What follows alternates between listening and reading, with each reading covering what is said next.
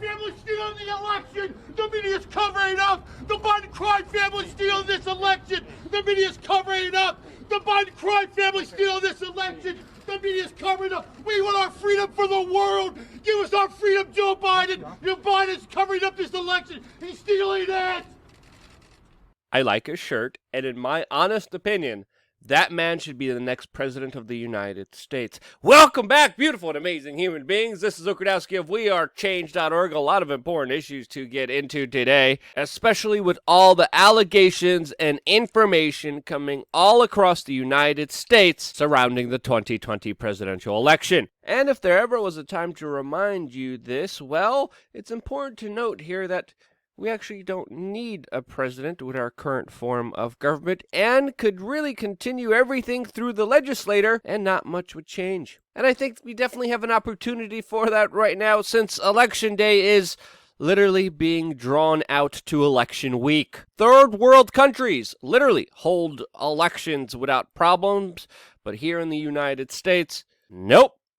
And the longer that time goes on, the more suspicious people get. And in my opinion, there's some reason to be suspicious, especially when it comes to information that people are getting from the mainstream media that literally flip-flops on issues like a fish out of water. Like these wonderful articles that were very closely released to each other from, of course, the most trusted name in news, CNN. With one of their headlines reading, quote, "No, the presidential election can't be hacked." And then after Hillary Rodham Clinton made some statements, their next article after that event saying, quote, "Where's the outrage over Russia's hack of the U.S. election?" Yeah, I'm sorry, but if you're relying on the mainstream media for honesty, truth, and information, you're going to have a bad time. Again, the Russian collusion narrative broke down just like the Conholio narrative is breaking down right now, as it seems the mainstream media that was just obsessively reporting, some would say fear-mongering about it, have completely, utterly just stopped. Yes, just no more news about the Conholio sickness at all, which is a little suspicious. And before we get into today's video and the larger topics that we will be discussing, I wanted to kind of leave you here with a quote by Aldous Huxley from 1931 that I think is really worth considering with our current state of events. And Aldous Huxley said, quote, "The perfect dictatorship would have the appearance of a democracy, but would basically be a prison without walls, in which the prisoners would not even dream of escaping. It would essentially be a system of slavery where, through consumption and entertainment, the slaves would love their servitude." Yeah, you might want to ruminate on that one and especially think about some of the choices that you are making as an individual. Now, in related news, we also have the latest revelations from the CEOs of arms manufacturers, the military-industrial complex, that they and their investors are very confident with the prospects of however this election goes, and essentially that they don't care who the president is, since, of course, regardless, they are going to be making money hand over fist. That article should leave people questioning what's really going on here. And other clear winners of this whole entire election season are also the billionaires that literally have gained hundreds of billions of dollars through this utter chaos and uncertainty. You would think uncertainty in financial markets, usually create instability. But no, the billionaires, the most powerful, with the most amount of influence, they're getting richer at a scale never seen before. It's also important to note here that it was the Conholio sickness that was one of the reasons why they have been able to gain, which has helped them gain extreme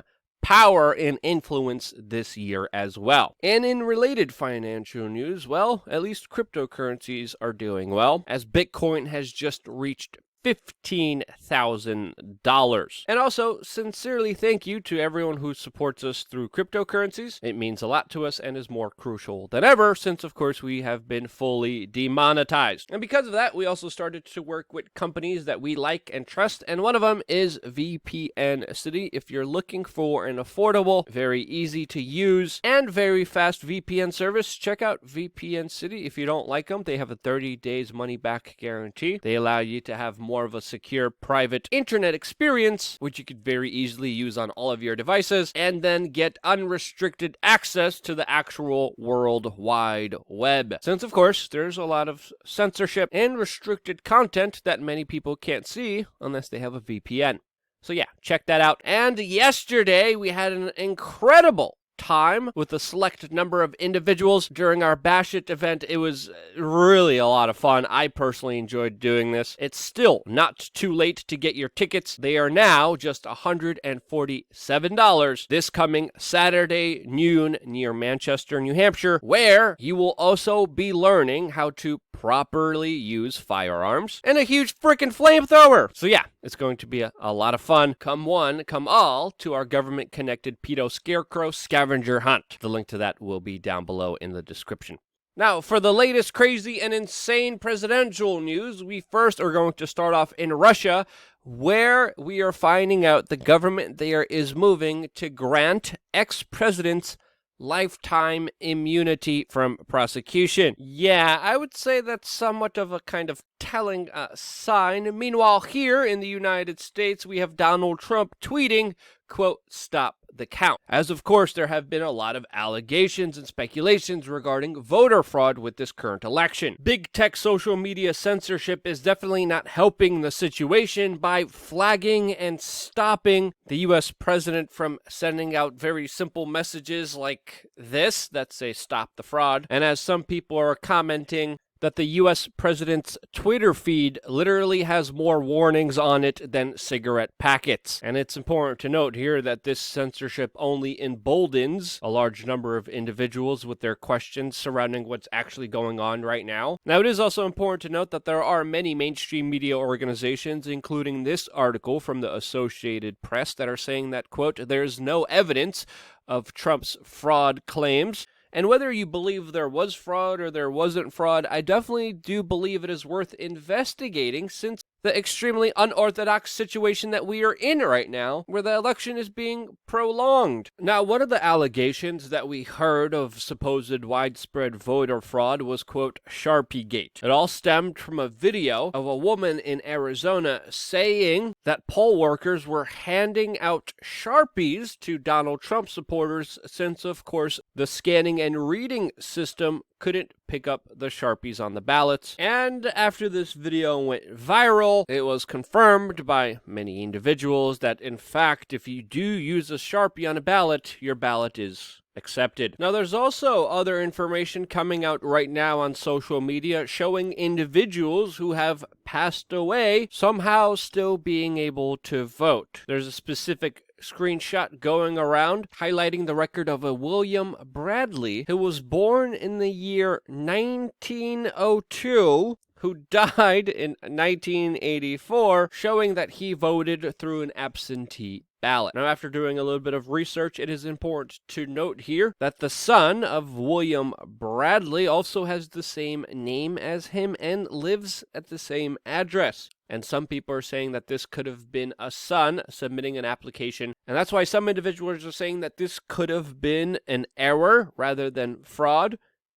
And whatever it is, I sure hope it does get properly investigated. There's other individuals also coming out on social media saying that their friends who died have allegedly voted. And even though this hasn't been independently verified or corroborated yet, I think we definitely should have the patience and time to look into all of these accounts. And I think it's absolutely crucially important to do so, especially with everyone's suspicion being heightened. Now, there's also this video coming out of Atlanta showing one of the poll workers visibly angry at what looks at a ballot. He then crumples it up and throws it away. Now, it hasn't been independently verified if that was a ballot or not, but these are more important questions that should be answered, especially with some polling places literally pulling up makeshift walls to block out people from seeing what they are doing. Poll workers are even being kicked out of certain polling places, as some government officials, especially the ones in Pennsylvania, are going to court to make sure that there isn't any transparency over their system, as they are making attempts to block Trump supporters from watching the ballots. And again, That's pretty suspicious. Trump is, of course, filing many lawsuits all throughout this country. The latest one is coming to Las Vegas, where they are claiming there's evidence of deceased and non-residents casting ballots. James O'Keefe of Project Veritas is also releasing a lot of information surrounding voter fraud that definitely deserves to be investigated. And I have to say, I have legitimate concerns about this, especially because of the way that this is all being processed. You know, usually we have the results of the elections on election day, not election week. And to see some of these jurisdictions postponing the vote leads a lot of individuals to believe that they are packing the votes for results that they want. In Pennsylvania, a county is stopping the counting of the votes until tomorrow because of, quote, administrative work. Nevada, one of the lowest IQ states in the United States, they're sure taking their sweet time. Pennsylvania announced that they might not get results up until Friday, and what the hell?